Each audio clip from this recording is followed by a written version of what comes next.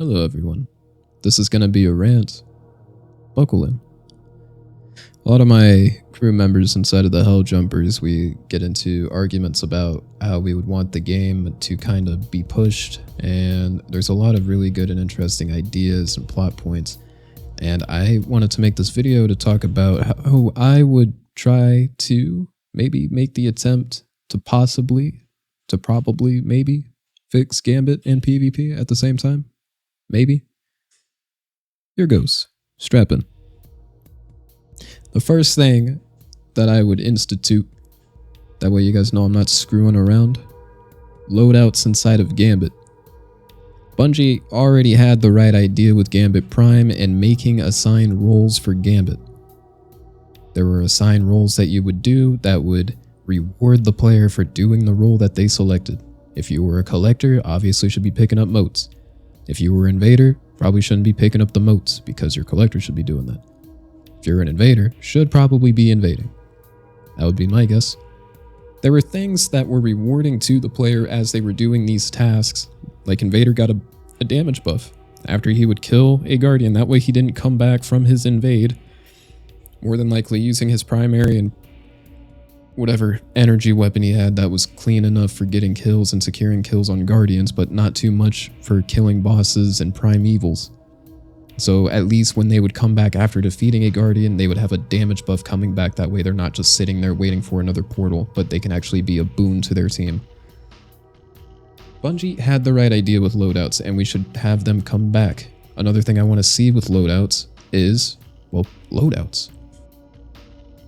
I want to see assigned weapons and gear that we can use within any given Gambit match. Because right now, as we currently have it, Gambit is just a race to see who can cheese the boss the best. There is no reason why I should be seeing all Titans with Thunder Crash on, just going headfirst at the boss. By the time we can even counterplay, the boss is already down to 5% of its HP by the time one of my guys can get through a portal. That should not be a thing. Most people just want to play Gambit to get bounties done, which is fine, but the game mode used to be a lot more than just, oh, this is a slog, I can't believe I have to play this right now. For a seasonal challenge, are you kidding me? That shouldn't be the sentiment towards that game mode. It used to be really good. Especially Prime. I loved Prime. I loved having to coordinate with other people in a PvE-rich environment and at the same time a PvP-rich environment. I liked that idea. But Bungie gave up. But there's so much you can really do with this. We had loadouts all the way back in Halo Reach, and that's how you could fix that in one foul swoop. Reach had loadouts, assigned weapons that you had to use. That way you weren't just automatically starting with a really good weapon from the start. You actually had to play the game, play for map control, get a weapon, and then that's how you would play it. We could do the same thing here in Gambit. Every season, Bungie curates a loadout for us to use, given that this is a looter shooter. Curate a loadout for us to use. The invader would probably get like a sniper and hand cannon because you know how much they would love to use that. Let them go in through the portal, get some kills, come back with the same invader perks that we had back in Prime. Collector would probably have something that's good for massive ad clearing, and then you would have Reaper for boss damage, and then that's how we should have it. Assign roles, assign tasks. In every season, there would be a curated set of loot that we could use in that part of the game. It wouldn't have to just be Invader could only use a sniper hand cannon, but maybe next time they get something a little more spicy in the department with like a shoddy or something. But at least that would shake it up and we wouldn't have to see, okay, what is the best possible strategy to cheese this boss right now? There are other things you could do definitely to fix Gambit, I'm sure. More maps would be pretty good instead of the same meatball boss that I've been seeing in every game. Sorry, the same meatball boss that I keep seeing on Legion's Folly to boot. Maybe sometime they throw in an Emerald Coast, you know, mix things up a little bit. But I like more maps. I think that would help. Which, same thing you could do with PvP, but don't worry, I didn't forget about PvP. We'll get to that in a moment. Gambit could do a lot better. I hate seeing the same sentiment every single season where somebody will say, I'm only really doing Gambit for bounties. It's fine. That is completely fine. That is a very optimal way to play the game, I suppose, where you're only logging the hours to do it just so you could get a bounty done. Now with seasonal challenges, you even have more of a reason to do it because they force you to play it if you want that bright dust, which I know you do. So loadouts, check. More maps, check. What else can we do? I'm sure it's already on your mind. Loot. We should put in more loot because Destiny is a looter shooter.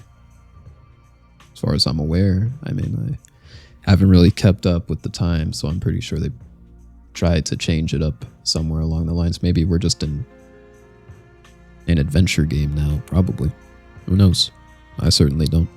I still like to think of this game as a looter shooter, and within my looter shooter, I do like loot. That is definitely the reason why I would play. Institute more loot. Gambit Prime had some of the coolest gear I had ever seen in my life. And once we get this transmog coming into next season of the Redacted currently, as of this recording, I would love to have that armor back. And in fact, I will be wearing that with pride, as I'm sure a lot of you will be. We need more loot. Trinary system, it's a fusion rifle. I haven't seen too many people use it. There's a handful of you out there in the meta that really like fusion rifles. Some of you would probably still use Exile's Curse over a trinary system. Crowd pleaser. It had a chance. Rolls with chain reaction. It's whatever. Give us more loot. Give us back some really nasty Gambit loot too. I mean, Trust, back in its heyday, that was crazy. Bygones? Come on. And let's not forget about these classics here. Hazard of the Cast. Distant Relation, one of my favorite scouts. Pillager. Parcel of Stardust. I mean, you had some bad weapons, man. Dreaded Venture. We still have Bad Omens. But I mean, bring back these classic weapons. I would be playing almost every day if I could have another chance at Hazard of the Cast. Or even another Distant Relation, another Bygones with the full auto roll. I would heavily play Gambit. Just for those weapons again. Which I know a lot of people don't like. I know a lot of people do not like the fact that they would have to replay this game mode for weapons that they already had ages ago. But these are weapons that were really pivotal to the game mode. You know, they had to be good in both PvE and PvP. It couldn't just be one way. And hell, if we even do the loadout thing, bring back these weapons. Bring back a Hazard of the Cast. Bring back Trust. Why not? Trust was really good in PvE for a while. It was really good in PvP. People were tearing it up. On a 180? Come on now. And let's talk about PvP. I didn't forget. One of the things that I would like to see is that you need to have restrictions for competitive PvP. I'm talking things like running 2 ammo scavengers in a match for trials. There is a problem right now that people are talking about, but we haven't heard too much about from Bungie's end. You want to know why running 2 scavengers is a problem inside of trials? It's because I do it. I do it every week. Whether it's double scav grenade launcher or double scav shotty, I do it. And you know why I do it? So I can run my special ammo weapon as a primary. It completely tanks the ammo economy. When I'm watching one of my teammates that has been sitting on their Eye of Soul the entire match, and all I needed to see them do was run over a little special ammo brick because they had clapped a guy because he couldn't play against that. My guy is sitting with 6 ammo in his sniper compared to the other guy that only has 2 to start. You can't win against that. Double scav is a huge problem, but there needs to be restrictions for competitive PvP. There needs to be a limit, and I don't want to just see this towards mods. I want to see this for a lot of things, including classes. I don't think it's right to have 3 Dawnblades, 3 Revenants, 3 Behemoths in a game at the same time. I feel like there should be more counterplay and just more balance in that area. It's not like you'd be able to do that in chess. Could you imagine your entire board compared to the other player was only queens? Could you imagine that? Every single piece, only queens, aside from the king, of course. That would be crazy. That would be an awful game to play against. So I would just like to see restrictions based on that. I don't think it's right to have to play against 3 Chaos Reaches, a class that can get their super a lot quicker than you'd be able to get your Behemoth. It doesn't make too much sense to me. And on top of that, I feel like players should be coordinating their classes much more than just, okay, how can we cheese Chaos right now? Oh, well, let's just all sit, wait for super energy. Or we're Dawnblades, so we'll just fly at the guy at Mach 10. See how they handle that. See how they try to counteract that. Let's see what happens. Let's see where it goes. I don't think that should be a thing. And I think that's awful that that's where our meta is to begin with. It's just based around ability play and just how fast is your character compared to the other guys. And I'm not saying this to take away movement or to devalue certain subclasses, but I am saying this because I feel like there should be a much even playing field. Classes are different for a reason, yes, of course, but I shouldn't have to see 3 of the same class and try to counteract 3 of the same class. A Chaos Reach stack is only going to wait for their super. They will pop 1 Chaos Reach just to secure a round, and then they go on to the next round, use another Chaos Reach, and then they'll close the game out with the 3rd. I don't see how that's... I don't see how that strategy should be allowed. And trust me, I'm all for toxicity in my matches. I mean, I run grenade launchers every weekend just to be a dick, but there has to be a limit. There has to be a limit to the amount of grenades I should be able to have within my weapon at any given point during a round. The fact that I'm able to achieve a full grenade stack by the 2nd round is not very good. And by grenade stack, I mean I'm literally at 20 grenades by the 2nd round. Just waiting for everybody to basically die, pick up my teammate, he got clapped, sorry guy, but hey, I got your ammo, so it's all okay because I have 2 scavs. It's all fine. Now go out there, kill that guy, because for some reason, even though I had picked up your special ammo that you dropped with, for some reason, you spawned in with ammo too. So go kill that guy, I'll run over there, pick up his ammo too, and we'll just repeat the process. And I'll just have 20 grenades before you know it. Going away from competitive PvP though, for casual players, right now it is a train wreck. We got rid of skill-based matchmaking because we felt like matches were taking way too long to find. I mean, hell, I was sitting in 20-minute queues for a moment, which I felt accomplished as a player for just a season before we got rid of all of that, but I felt accomplished. It sucked that I was in these 20-minute queues, but at the same time, damn, I'm in a 20-minute queue right now. Look at me go. It's how I knew I was improving as a player. But at the same time, these matches were getting crazy and more crazy. And the more crazy they got, you found yourself not being able to try out different things in the meta. Because you could only use what was top, and I mean top of the food chain in terms of viable PvP weapons. During this time, Gnawing Hunger was probably the best weapon you could ever use. And this was prior to the adaptive buff, because people just didn't know about Gnawing Hunger. Gnawing Hunger was insane back then. There was arc logic. Some people tried to use arc logic, but at the time, it was basically a seizure warning if you tried to use it. The muzzle flash was way too great, but Gnawing Hunger, that thing was stable, was rock stable. That thing would not kick, and it had damage, and people just weren't expecting it. You would just get annihilated. And then when the adaptive change happened, Gnawing Hunger only got better. But to go back to skill-based matchmaking, we got rid of it too because of that exact reason. You would start getting better and better at the game, and as you were doing this, you started figuring out that if I want to continue to get better, I'm going to start needing to use these things that I'm watching other people use, or what's currently top of the food chain in terms of our meta. And like I said, at the time, you had Gnawing Hunger. Also during this time, you had Spare Rations, one of the best lightweight hand cannons for that era. You just had things that were way too deadly, and you started figuring out, okay, if I'm going to be good at this game, I need to start using these.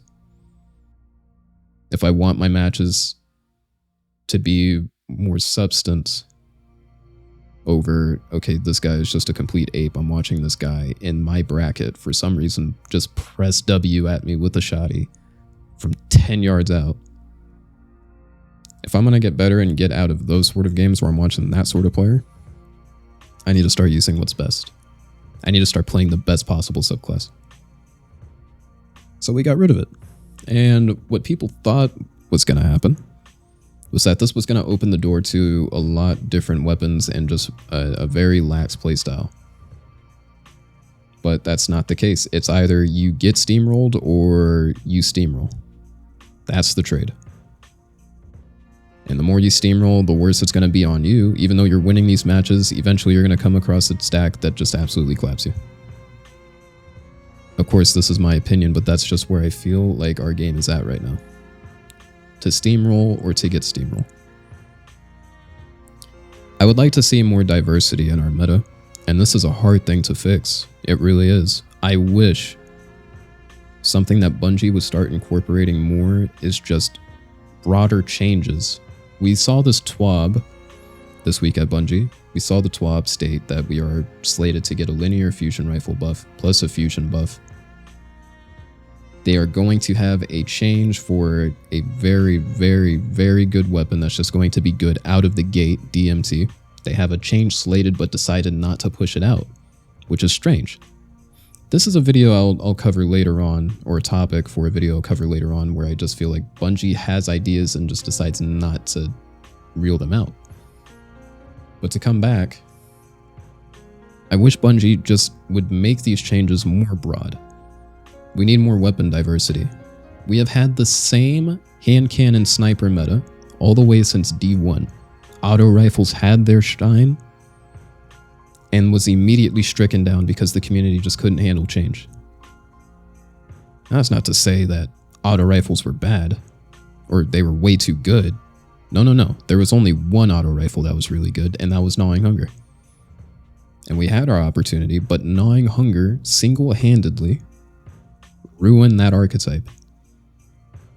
I would have loved to have gone back to a precision auto rifle. Something that rewards just headshots over just how many body shots can you chain. But unfortunately, it underperformed. And speaking of which, we're supposed to have a precision auto rifle buff going into next season.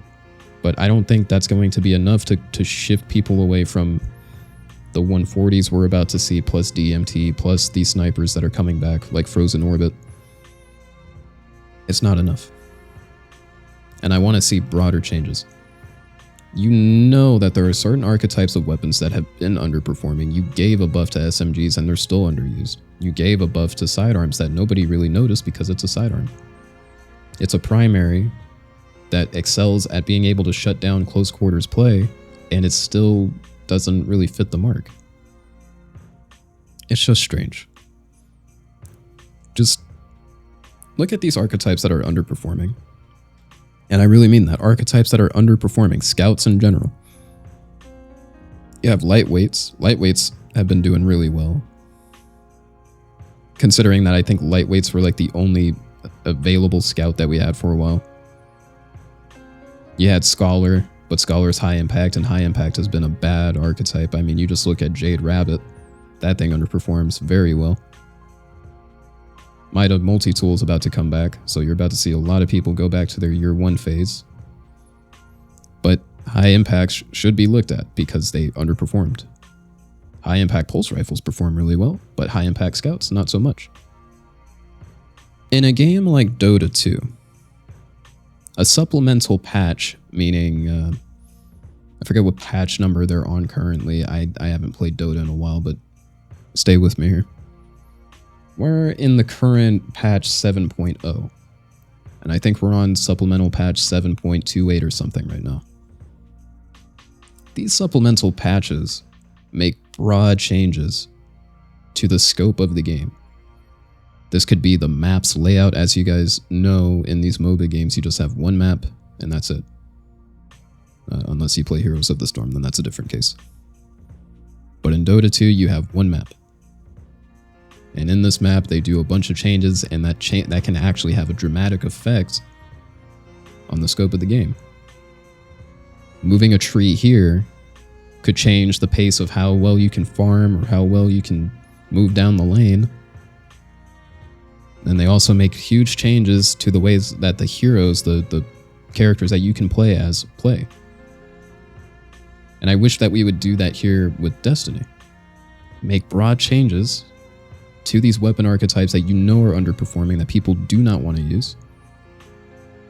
Something that would help scouts out right now is definitely maps. That is something that gets thrown out completely. Maps should be huge right now. We should have more maps.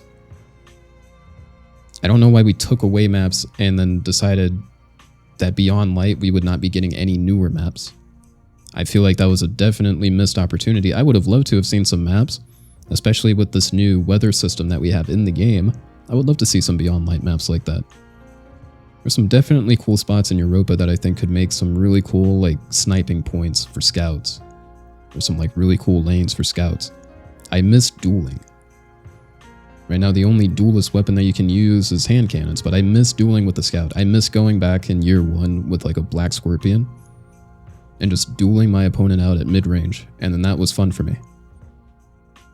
The last thing I want to touch on, which this will also be followed up on the next topic that I have, is just third-person peeking. And I'm bringing back competitive just a little bit. Apex Legends showed their anti-third-person peek, I think they're calling it. They're about to get some huge update. I think it's going out next week. A lot of people are prepping for that. But in that, Respawn, the developers behind Apex, they figured out a really good system for just not allowing third-person peeking, which is you cannot see the enemy. If you use an emote, you cannot see enemies. So if you're trying to use the emote in order to look around a wall or whatever you're trying to do, you cannot see anybody until you're out of that emote, which I think is clever. And they didn't wait to do this. They are now putting out emotes. This is the first time the game will have emotes. But within that, this is the first thing I've ever seen where it was like, okay, we know how big of a problem this is going to be just based on other games, hint, hint. So how do we fix that? Oh, okay, well, if you use it, well, fuck you, you can't see anybody. Simple solution. And Bungie has a solution of their own, but decides not to implement it until the season after the next. So next season, we're going to get transmogs. The season after the transmogs, we're going to have anti-third-person peek, which should already be instituted in the game. That is wild to me. Fix that immediately. Don't wait tomorrow, not the next day after, not the expansion after. Now, you have an idea, you know how you want to fix it, so just do it. There is no internal testing that needs to be done. This is a problem. People have been saying it's a problem since Destiny 1. People said, oh, you can't fix this problem. Meanwhile, Respawn has done it before they have even instituted an ability to third person. They knew that this was going to be a problem, so they found a solution before it became a problem. Crazy. But that's my rant. This is how I would fix both modes. Let me know what you guys think in the comments. Please stay safe, everybody, and thank you for watching.